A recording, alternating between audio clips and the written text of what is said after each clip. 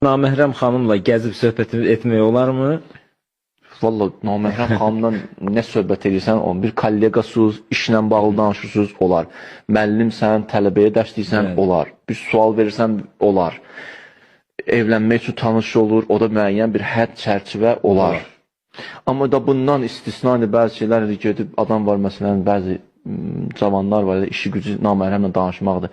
Görürsən, bütün gün ilə yazışması da ondan ibarətdir, hidayət edir güya. Yəni, kişilər qutardı hidayət eləməyi, sən oturmuşsan bütün gün hidayət eləmək üçün onları düşünürsən. Hə, hidayətdir, o da doğrudan bax gör Allaha xatir çalışırsan, söz deyirsən, o da olar. Yox, bəzi insanlar, bəzi vaxt insanın sözü Allahdır, niyyəti Allahdır. Allahdan danışır, Allah üçün danışmır.